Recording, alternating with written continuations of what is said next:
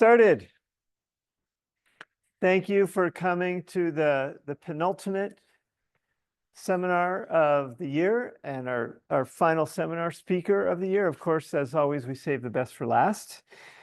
Kay Holekamp is a distinguished professor at Michigan State University. She studies animal behavior, behavioral neuroendocrinology, and the evolution of intelligence. A lot of that work was done in a system she developed in Kenya, working with the same group of spotted hyenas for 30 years. And what's equally impressive to me about that is that she managed to be funded by NSF for basically that whole time period as well.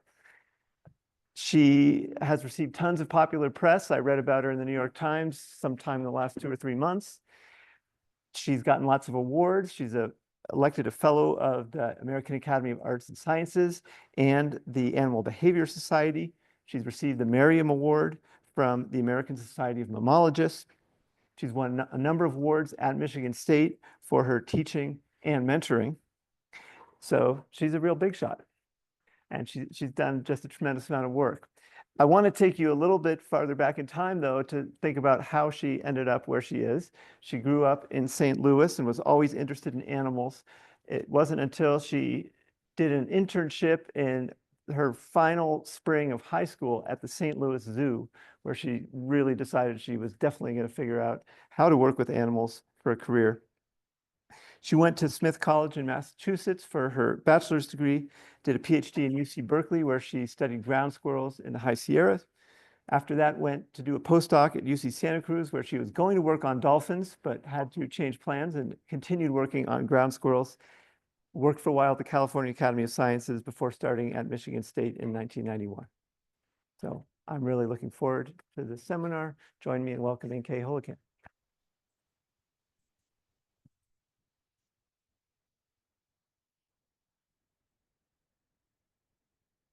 Okay, can you guys hear me okay? Can the people on Zoom hear? I guess someone will tell me if they can't, hey? Okay.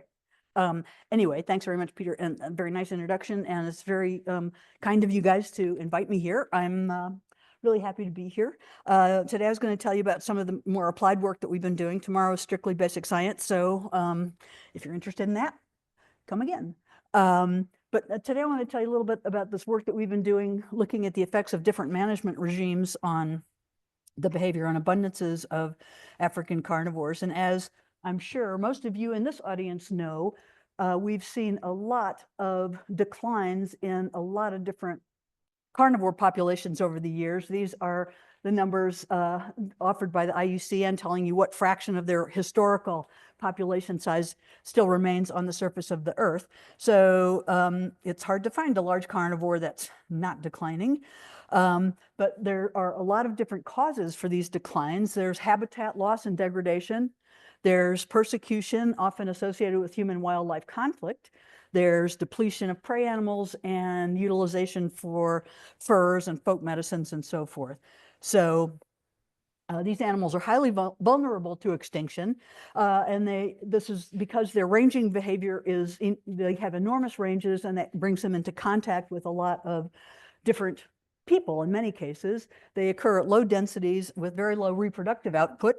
They compete with humans for prey animals, and sometimes they can even represent a threat of mortality to humans and their livestock. So when you take large carnivores out of an ecosystem, odd things start to happen. We can sometimes see eruption of herbivore populations, spread of disease, disruption of vegetation dynamics. You guys know that whole story from the wolf work from Yellowstone. But we see mesopredator release, where middle-sized predators tend to be explode in population density when you take out the largest predatory animals, and this tends to reduce bird and rodent populations because that's often what they're preying on. We see altered behavior of herbivores, and especially with respect to their space use and foraging decisions. And in a lot of countries, what we see is reduced revenues from tourism as a function of the decline of large carnivores. So what we wanted to do today was ask about how human activity, which is allowed in variable degrees by different management regimes, how that actually affects both the behavior in terms, especially their use of time, their use of space, and other behaviors, and then what's happening to their demography in these different regimes. So what we're doing is using spotted hyenas to represent, at least in the initial part of this talk, African carnivores. I'll tell you about other species shortly, but there are actually good reasons for this besides the fact that we happen to be working on them. So what we see is that these animals are ecologically the most easygoing carnivores imaginable. I mean, on a par with coyotes in this country. These animals can eat anything from termites to elephants and do just fine.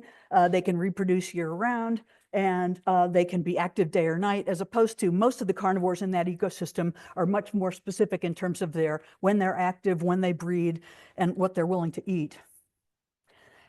And so we wanted to know how they respond to lax management in a lax management regime, both with respect to their behavior and their population size.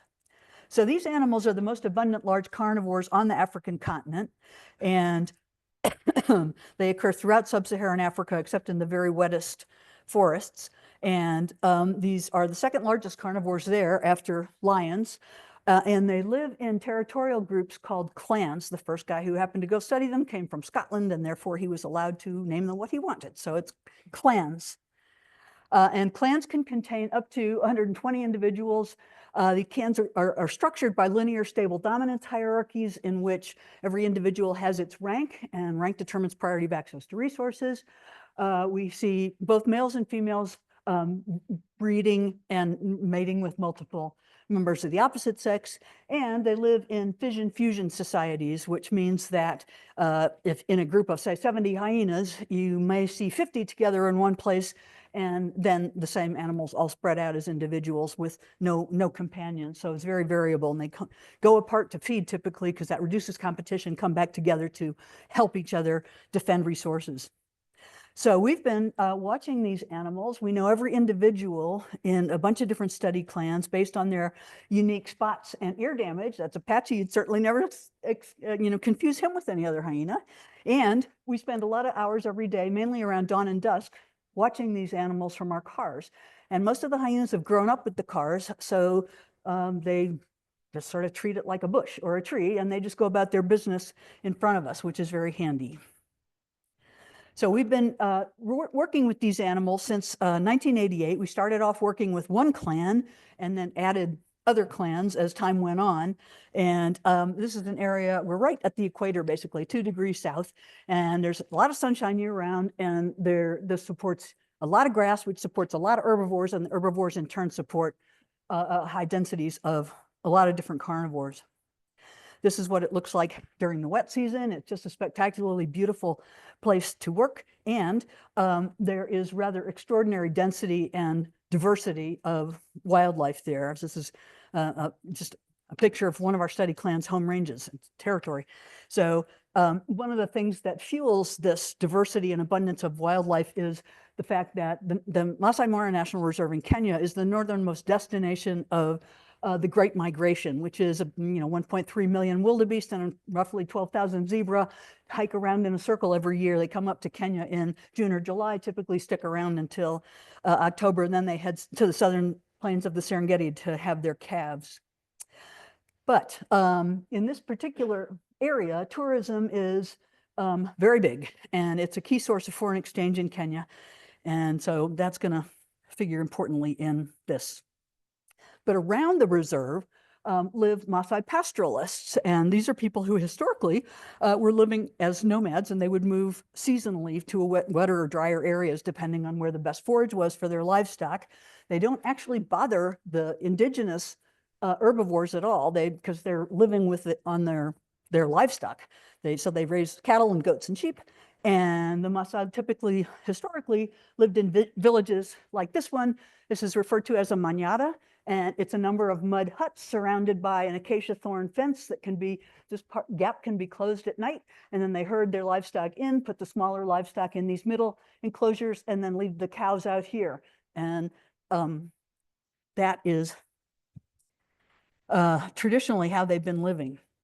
So we have within this one park 2 different management regimes, and it's pretty interesting. Here what I'm showing you in the white part of this park, there's a river here. This is the Mara River. It divides the park in half. And this eastern part of the reserve is managed by the Narok County government. And the western part of the reserve in gray is managed by a professional management agency called the Mara Conservancy. And because that area in gray is roughly triangular, it's referred to as the Mara Triangle. And we see very, very different management regimes in the two sides of the park. But what I'm going to do today is I'm going to talk about this clan here, the Talek West clan, and this little star represents the town of Talek that's actually now in the territory of the Talek West clan. And first we'll talk about some comparisons with the Mara River clan over here. And this one's so deep in the park that it was, at least in the days when we were studying it, not affected by livestock. This one very, very heavily affected by livestock. And then later on in 2000, we started working with these other clans in 2000. And in 2008, we actually started working with 3 study clans on the west side of the Mara River, where the management is very strict. So there's no livestock whatsoever in that side of the park. The tourism is tightly controlled. So, on the east side of the park, you can typically find as many as 60 or 70 cars surrounding a single cheetah. It's really hard on the wildlife in many respects because there's no enforcement of the rules, basically. And another rule that's not enforced is no livestock in the park. But there's a lot of livestock in this eastern side of the park and none on the west. So I just have 2 goals today. I want to tell you a little bit about how the ecology of this region has changed over the years we've been working there. And we're going to use both longitudinal and cross-sectional comparative data. And I want to also inquire how hyenas respond behaviorally to this changing ecology. And then later on, we'll inquire how lax management and anthropogenic disturbance affects the abundance of originally hyenas themselves, but also lions and other carnivores. First, a little bit about the history of this park. It was gazetted during the colonial era. British colonized Kenya, and they were the ones who set this aside as a protected area. And their original map had a solid sort of red line across the top of the park, but the local people said, oh, then we have no water for our cattle. And so they changed the boundary to take that bite out of the top of the park so the Maasai could get their cattle down to the Talek River and water their herds. So this is what the boundaries of the park look like today. And this is Talek Town. It's just sitting right outside the park, and it has grown a lot. Here's what it looked like when I started in 1988. It was 3 little manadas sitting in the middle of nowhere. And there's probably 40, 50 people there living there. And now there are many thousands and thousands of people living in Talek, and it's gotten huge. The overall human population density is it's doubling every 15 years, according to Lamprey and Reed. My guess is right now it's probably faster than that. But this is every human there has cows, so there's a lot of livestock. And in the last 25 years, in particular, north of the reserve, they have developed a number of private conservancies, all indicated in that gray color there, and those are owned by Maasai, but rented to various tour agencies so that they can have whole conservancies to themselves, basically. And they're much stricter about keeping livestock out of a lot of those conservancies than they are about keeping it out of the east side of the reserve. So here's what we did. We started working with spotted hyenas in 1988 and just worked with a single clan, had roughly 70 hyenas in it, and we were studying their demography, their ecology, their behavior, and physiology. And then okay. Well, I'm going to just go on and tell you a little bit about this first goal, which is to document the changing ecology of the area. And I want to tell you very briefly about chunks of various people's dissertations, because that's where all of this information comes from. This is Erin Boydston, who was one of my very first graduate students. Karen Kapheim herself, your own Karen Kapheim, worked with Erin and contributed a lot of work to this particular project. But Erin was interested in the space utilization by hyenas and how it's affected by human disturbance. So she compared, she lived out there for about a 30-month period, and I lived there from 1988 to 1992. So she took a 30-month period from when I lived there and compared it to the 30 months when she lived there. And so she went away, and she's the one who introduced geographic information systems to our project. So she was, she got this clunky device out and put it on top of the car with a magnet, and it was just ridiculous in those days. Now it's so easy. But Erin came to me one day with this map of the Talek clan territory with none of these white dots showing, just the black ones. And I said, Erin, you surely made a mistake, because the hyenas should be hanging out in that central area. And so, I asked that she go back and actually plot the points from when I lived there. And here's the difference that you're seeing. It's quite extraordinary. The hyenas pretty much stopped using the central area. And that surprised me, because it is really superb grass, and there's a lot of prey on this particular area. But what Erin did was to actually look at the 95% utility distributions of this clan in her era and my era. And so this is what it looked like when I lived there. And there's a lot of use of this area right here that now, the hyenas are actually hanging out either to the east or the west. And they're avoiding this area of intensive grazing of livestock in the middle here. The livestock also started affecting the social lives of these animals. So here's the original Talek clan territory. And in, it must have been early 2000s, the local people started herding big groups of livestock in and out of the park right where that red arrow is every day. And eventually the hyenas started hanging out either to the east or the west of that particular livestock route, until the clan actually, they stopped talking to one another, stopped associating with one another, and they actually formed two separate clans, which we can't claim until we see them fight. And so we ultimately saw clan wars between these groups. But it's pretty astonishing what, a little livestock can do to the behavior of these carnivores. So another thing that Erin found out was that the use of time is changing a bit, and that fewer hyenas tend to be seen in her era than in my era. So here she's looking at the number of hyenas seen per observation session in morning and evening. And so you can see the white bars are my years, the black bars are Erin's years, and it's almost cut in half in terms of the number of hyenas that you're seeing, which means that the hyenas are becoming harder to see. So here's what we started working with these two clans in addition to the Talek West clan in 2000. And then in 2008, as I mentioned, we added these clans over here. And what we have been doing since the study began is daily monitoring of spotted hyenas, mainly around dawn and dusk, because we go out when it's still dark in the morning and we come back into camp and have breakfast when the hyenas peter out for the day, and then they wake up again and late in the afternoon, we go back out and watch them into the evening. So in addition to these behavioral observations that we've been doing, we've been monitoring the local ecology in terms of, we count herbivores every couple of weeks. We monitor rainfall and temperature daily. In 2000, we started monitoring livestock coming and going, because that's when it started to be sort of surprisingly common for us to see this. And then in 2004, we started recording the occurrence every time we encountered any carnivore in this whole ecosystem. So we have 6 different groups of hyenas. These clans are monitored daily, and all 6 of them have been monitored daily since 2008. So there's 3 of them in the Mara Triangle and 3 of them in the Narak portion of the reserve. So this young man, Joe Kolowski, lived in the Mara from 2002 to 2004. And he was interested to look at the effects of management regime on the behavior of the hyenas. And so he picked this Mara River clan to compare to the Talek West clan, because this one is so deep in the reserve that in his day, there were no livestock whatsoever in this particular area. But what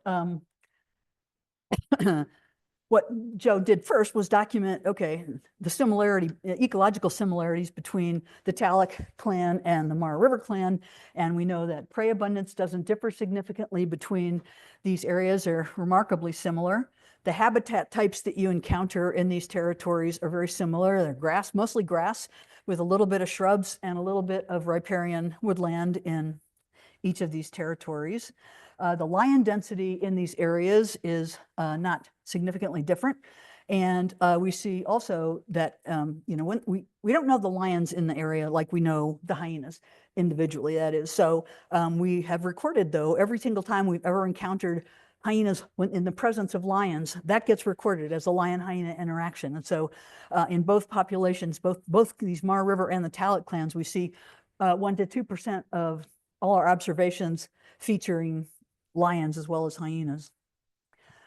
So Joe adopted a comparative approach to investigate effects of livestock grazing on hyenas' use of space and time, starting in the years he lived there. So he wanted to know first what the ecological factors are that are determining the space use patterns of the hyenas in an undisturbed setting, and then what changes when livestock are present. So he actually put radio collars on a bunch of different individuals, both males and females, in both of these study clans, Mara River and Talek.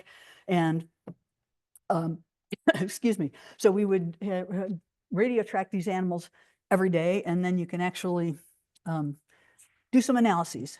So the GIS layers that Joe was dealing with are these. So he actually had detailed maps of available water in the form of temporary streams and permanent rivers, vegetation classes of those 3 types that I showed you earlier. He kept track of where the communal den was located. The hyenas rear their cubs together at a communal den, and that has a big effect on where the hyenas spend time. And then we run all these prey transects indicated by the little dotted lines there in both territories, either 2 to 4 times per month, and each of those dots represents roughly 1/3 of a kilometer. And then he used inverse distance weighting to generate a plot in each particular time interval he was interested in that looked sort of like this, where the darker colors indicate more prey. And then finally, he actually looked at livestock distribution. None in Talek, none in the Mara River clan, right? But there are definitely a bunch. This is the Talek territory, and he ran 5 livestock censuses per month and did complete counts and mapped those densities of livestock into what he referred to as livestock use values, LUVs. And then he ran the logistic regression, where he was comparing roughly 5,000 sites, individual locations occupied by the hyenas, where we actually found them, against 5,000 positions, locations in the territory that were in each territory that were randomly generated. And so his regression equation predicted the probability that a location is used by the hyenas based on those independent variables in his GIS layers. So here we go. We're finding this hyena at a location X. And so you can actually put this individual on the map as, okay, we find it right here at these particular GPS coordinates. And so we know where it is in relation to the den, where it is in relation to the nearest water, what kind of habitat it's in, how dense the prey are in that particular grid cell, and then how dense livestock use is in that grid cell. And so he would actually, for each location, each fix of a hyena, he would actually be able to calculate each of those things, distance to the den, distance to the nearest stream, and so forth, and then ran his regression. And I'm not going to force you to deal with the math, but I just want to tell you what his ultimate conclusions were. So in the absence of livestock, what hyenas do is actually their space use decisions seem to be most affected by 4 things: where the communal den is at any given time, how much prey is available in any given grid cell, the proximity of water, and what kind of vegetation class we're talking about. So then he asked, what's different when we introduce livestock? Well, there's a vastly reduced influence of the den, also a large reduction in influence of prey distribution, increased importance of vegetative cover. So the hyenas started avoiding open grassland and hanging out in shrubs and heavier vegetation. The hyenas didn't specifically go out of their way to avoid livestock, because the vegetation cover allows them to be right next to it without, often the livestock have no idea that they're there, but that allows them to coexist. And Joe also noticed that there's some pretty dramatic changes in the timing of den use, very big differences between the Mara River clan and Talek. So these white bars are Talek clan, and the black bars are Mara River clan, and these are our evening observation hours, and these are our morning observation hours. And what you can see is that, I'm sorry, that's the problem with that, that the hyenas are they're coming to the den much later in the evening and leaving the den earlier in the mornings than they do in an undisturbed area. So Willeen Pangel did a dissertation where she was interested in vigilance behavior, and she found that the Talek females are resting closer to bushes than the Mara River hyenas. And she also found that they spend a lot more time being vigilant. They're more anxious, if you will. So both in the morning observation period and the evening observation period, we said, okay, what fraction of their time are they spending vigilant? And the black in this case are the Talek hyenas, and the white are the Mara River hyenas. So the Talek hyenas are being a lot more vigilant. You can see that pretty straightforwardly. Then Julie Turner, in her dissertation, was interested in hyena personality. So one of her experiments was to take this. Who knew they made an archery target in the shape of a spotted hyena, right? Well, anyway, they do. And so we schlepped a couple of those to Kenya with us. And then we would put it down you could see a hyena coming down a dirt track, get out of the car, put the fake hyena out. And the hyena seemed to be fooled by this, for quite a long time. Anyway, and then we would drive off at right angles to the animal and film what happened. And then she could actually compare their behavior. So the high disturbance points here are the black ones. This is the low disturbance area in the light color. And what you can see is that the Talek hyenas don't get as close to this model, and they also spend less time near the model than the undisturbed hyenas. So they're fundamentally more fearful. So now, then in 2008, we start working with these 3 clans in the Mara Conservancy and comparing what we see in those groups to what's happening in the Talek West clan, which now actually has Talek Town in its territory. And Dave Green lived in the Mara from 2011 to 2013. And so he did both longitudinal and cross-sectional comparisons where he was looking at trends in Talek West over time, where 1988 to the present. And he was also looking at cross-sectional analysis within the same time periods, comparing Talek West to those conservancy clans. And Dave also monitored tourism infrastructure, human population growth, and livestock. I already showed you this because you know that the human population is, the local Maasai population is going up, but so too is tourism infrastructure. And Dave's dissertation revealed that there'd been a 500% increase in the number of lodges over the years that since 1988, and similarly huge increases in the number of beds and the number of staff available.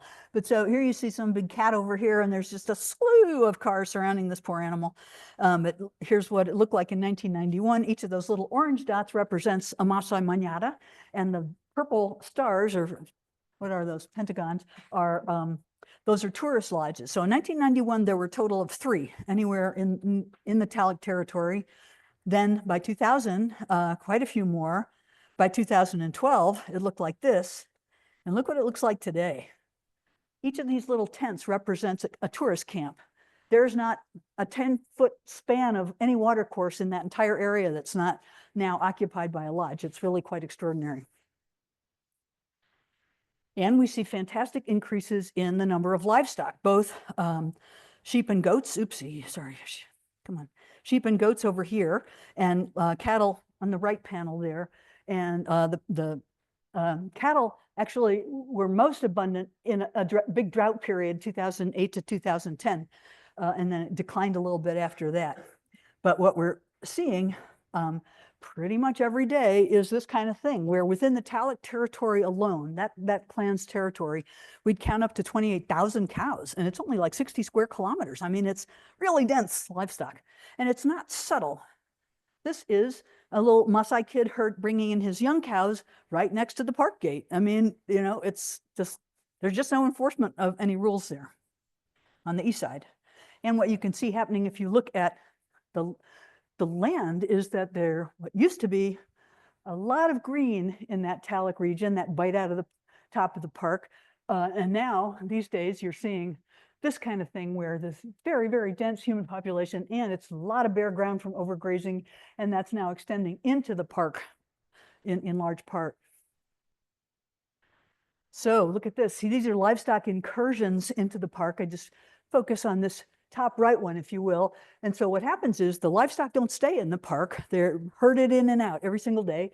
And they're just loads and loads now of extra new manadas. And so each manada has a bunch of cows, and they all get herded in and back out every day.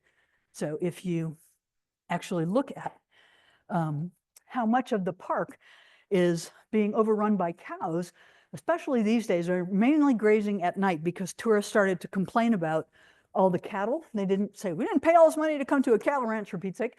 So these are some colleagues of mine just calculated that roughly half of this Narak part of the reserve is totally overrun by livestock, especially at night.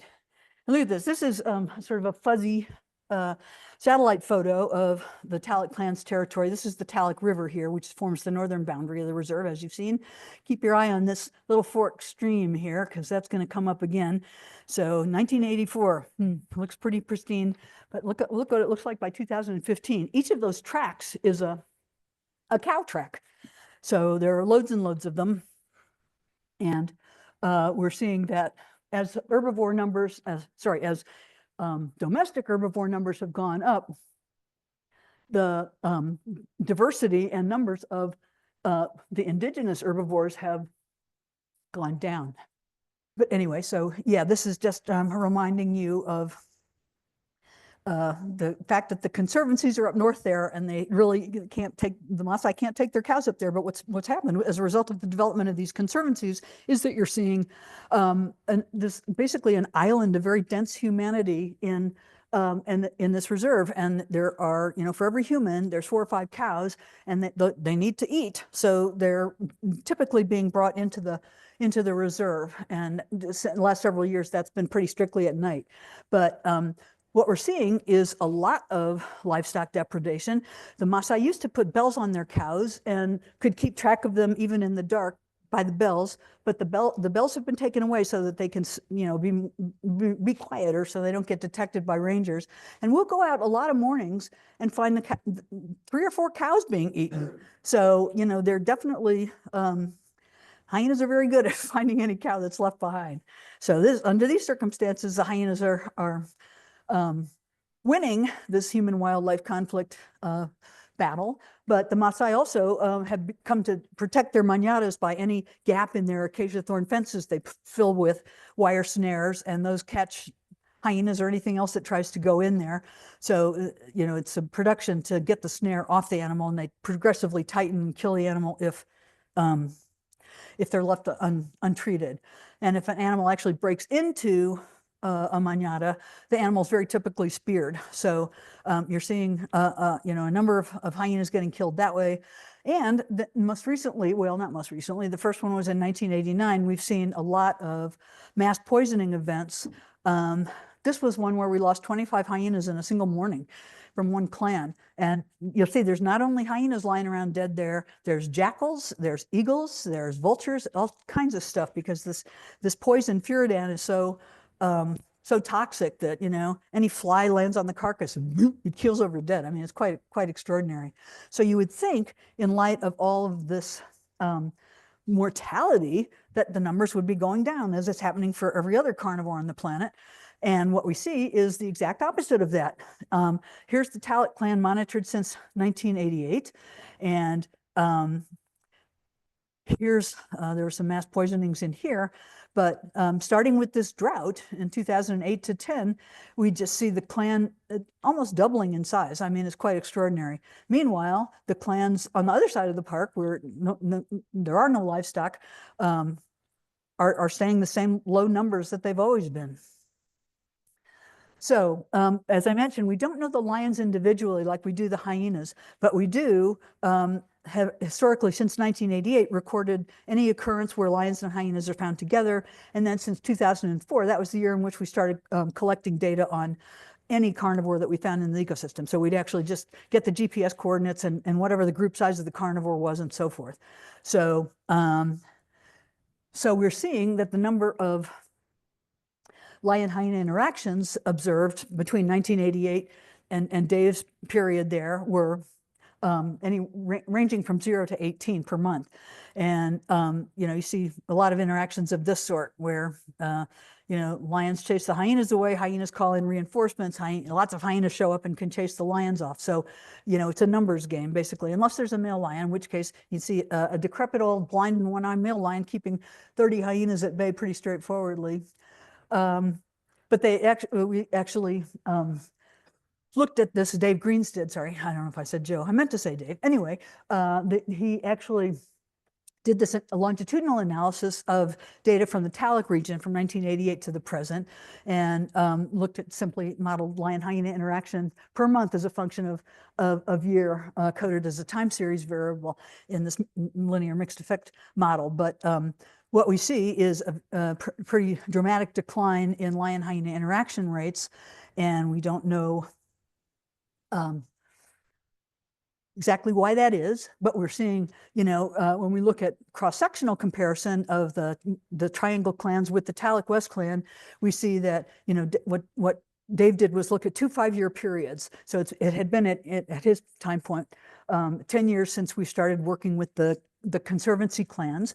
So he compared this 5-year period, 2004 to 2008, with this 5-year period, 2009 to 2013, and also compared Talc versus the Mara Triangle. So this is, again, just in the same time period, 2009 to 2013. We weren't working with the Conservancy clans during this period. So here's what he found, that the Talc clan, if you just look within the Talc area, that the number of lion sightings has gone down a lot in between 1 5-year interval and the next, and there's a significant difference here. But you look at what's happening in the Conservancy, and you find that that's not significantly different from Talc West in the old days. So it's pretty dramatic what's been happening. So we're seeing human-caused mortality increasing here in the hyenas, and a lion-caused mortality going down. And we don't know whether that's because the lions are just moving deeper into the park or whether the lions are actually being killed. But we do find a lot of speared lions, and lions with, well, just a head and 4 paws laid out ever so neatly. And I take them over to the ranger station and they say, oh, clearly that wasn't poachers, because poachers would take those body parts. So that's the logic that, they said must have died of starvation. Really? Anyway, it was pretty crazy. So we don't know whether, this is due strictly to human-caused mortality or the animals moving or both. But what we do know very straightforwardly is that the reduction in lion numbers in the eastern side of the reserve is causing a huge increase in juvenile juvenile survivorship. So here's the Talc clan in the old days and the Serena clans in the modern era compared to the Talc clan in the modern era. And you can see that these cubs are surviving a lot better. Lions historically are the main source of mortality of hyena. And it's just been really striking. So in answer to the question of why the heck is the Talc clan so large, well, 2 things are going on. They're getting food supplementation in the form of livestock. So that's enhanced food availability, if you will. And then their top-down forces, as well as those bottom-up ones, where we're seeing the decline in the local lion population associated with enhanced survivorship in in juveniles. So let's take a look at other carnivores. And here, again, we're using some data that Dave Green collected but didn't analyze. So Dave really liked to drive. So he would drive around endlessly, and he would run these huge loop transects and take out a rangefinder and binoculars and record absolutely every prey animal or carnivore that he saw on these transects. And here are all the carnivores that we're tracking. So there's 11 different species there, ranging in size from lions to mongooses. And here's a blow up of the loops. Just horrible to drive around like this. I never liked anything less than driving around. Anyway, but then what Dave did was actually generate 200 by 200 meter grid cells and then assess the carnivore density in each of those, well, like the number of carnivores counted per grid cell. And that was highly variable. So Then along comes a fellow named Matt Farr, and in his dissertation, he's a quantitative ecologist, and he was interested to use Dave's loop transect data of carnivores to inquire about what's happening at the individual species level of all those 11 carnivores and what's happening to the overall carnivore community. So here's Matt, and he lived in the Mara 2014 and 15, and he developed distance sampling models that estimate the abundance from counts of individuals or groups of carnivores while accounting for imperfect detection. So as I mentioned, Dave did these transects every 4 to 6 weeks, driving, and did this for 2 years. And Matt used this distance sampling approach. And overall, we found something like 1,838 individual carnivores of 11 different species in 574 observations. And then taking a look at the effects of management at both the species and the overall community level on the expected abundances of prey per transect. And here are Matt's data. This is pretty cool. What you can see, I think, overall is that these carnivores are responding very differently to disturbance by people or management regime. So on one side of the park, you see that things like spotted hyenas and black-backed jackals and banded mongooses are more abundant on the talc side, whereas things like lion and bat-eared fox are significantly reduced on the talc side. And the overall community has not changed significantly with respect to the actual counts of these individuals. But what Matt did find is that the group sizes are generally larger in the triangle than they are in the talc region. And here the community has shifted significantly to favor life in the undisturbed area. So overall, I've talked long enough, so I'm just going to tell you what I conclude from all this, which is hyena behaviors and abundances are affected by disturbance under lax management, as on the talc side of the reserve. We see both rates of lion-hyena interactions and lion sightings are declining over time in talc, and this may be because the lions are more sensitive than the hyenas are to anthropogenic disturbance, but the reduced availability of lions tends to facilitate hyena survivorship. And then finally, these carnivore species are responding variably to anthropogenic disturbance and the associated ecological change. And I'll shut up. Thank you very much.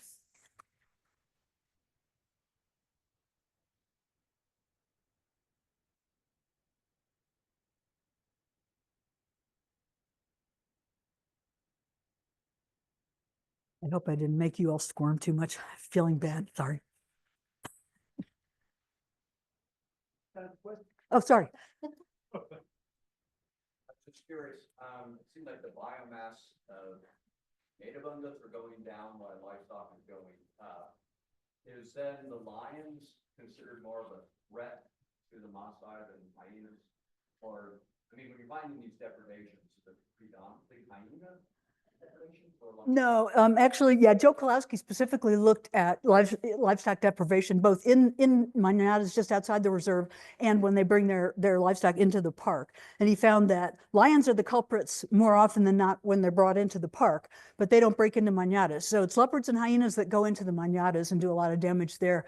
And, you know, one of the guys who worked for me actually had 75 sheep and goats killed just in a single evening because evidently, you know, a leopard originally got a goat, and then the hyenas followed the blood trail back to this poorly made pen, knocked the pen all to pieces. Little sheep and goats scattered, and boy, it was just looked like a Civil War battlefield. I mean, they're everywhere. It's horrible. So for an individual livestock owner, you know, that's a huge loss. Yes.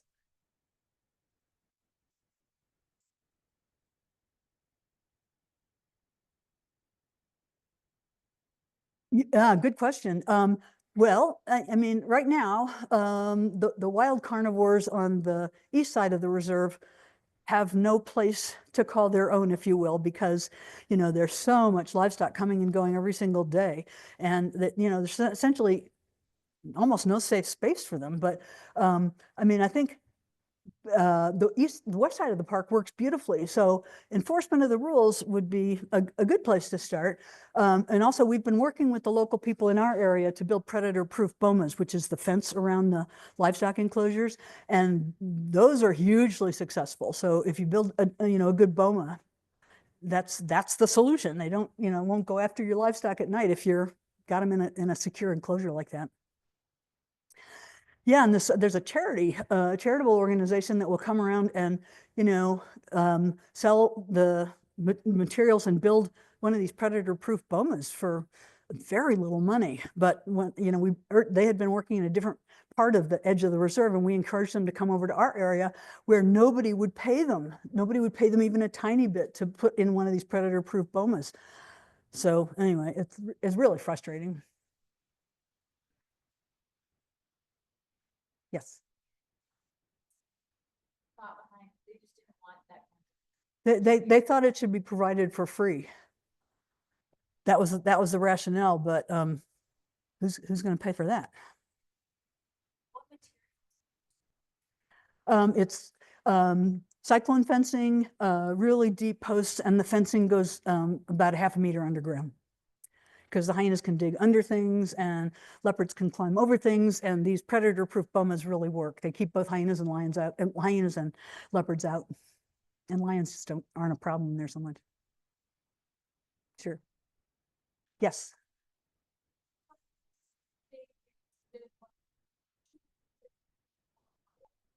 Was that a response to the presence of the cattle themselves, or is it that there were more like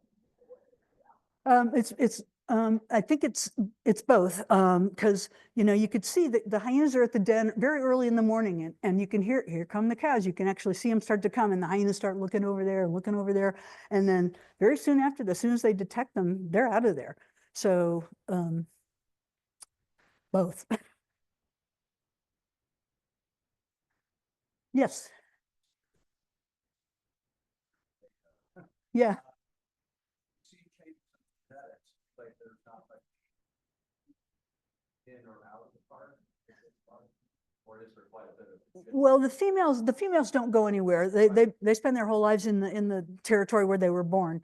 But males, almost 100% of males change groups, and they're coming in from sometimes, many kilometers away. So it's males that are actually causing all this gene flow to occur. And we did a study in Amboseli National Park for a while, where it had been thought that maybe they had become isolated there and that there'd be some sort of, genetic signature to that. But nope, the males coming and going just, really facilitates gene flow. Sorry? The movement or interchange not be any by itself. Evidently not. I mean, there's a lot of fences going up, which I'm sure, affects their movements, but boy, they're very mobile animals. And, they can lope 40 kilometers in a night. It's a hike. Yeah, Peter. So in general, the hyenas are avoiding these areas where there's a lot of livestock coming in.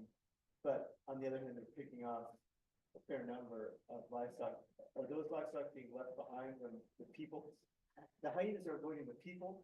The Well- herders, not the livestock itself? Well, I mean, what happens is, the Masai bring their livestock in, the cattle in at night, and then they all spread out. And sometimes that's in a thicketed area. And then when they go at 4 o'clock in the morning to try and get them all together to take them out, they just miss some. And the hyenas are really great at finding them and eating them. And it's amazing how easily they can kill a cow and how fast they can make it vanish. But but the herders are staying with the cows? Yeah, there's always herders with the cows. Sometimes we find the herders asleep and we see a hyena is about to go kill one of their cows, and we'll honk the horn saying, wake up, because you don't want to help the hyenas, but you don't want them to kill the hyenas either. Yes.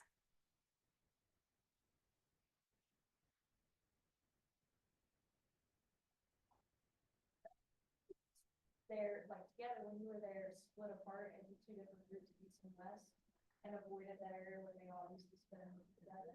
Yeah, we actually did a social network analysis, and you could see that the connections between these two groups were just dwindling. Eventually, there was a single hyena who was going back and forth between the groups, and she even finally gave it up. So then they were totally separated. And we've seen actually five different clan visions now, because they're just, the population keeps growing. It's quite extraordinary.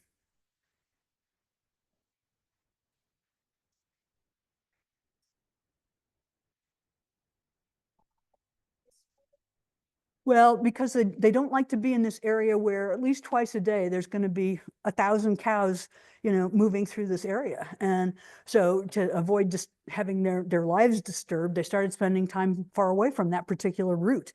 And so then they started using one den over there, and these guys started using a different den over there. And eventually they just didn't go to the other guy's den ever. Yes.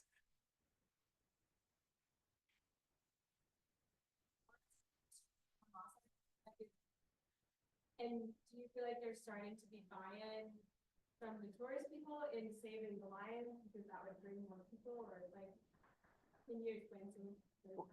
Yeah, no, it's a complicated situation. For the most part, one reason the human population density in that particular region is just skyrocketing is because it's not just a high birth rate. There's people immigrating into the area because everybody wants to cash in on the tourist gold mine. And they're sort of treating the park, at least the eastern side of the park, like you would a diamond mine or something where you go in, take what you can, and then it's wrecked. So I don't know, we're sort of hoping it doesn't get to that.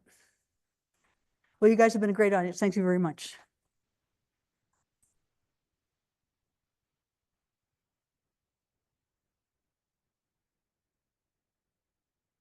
Last dinner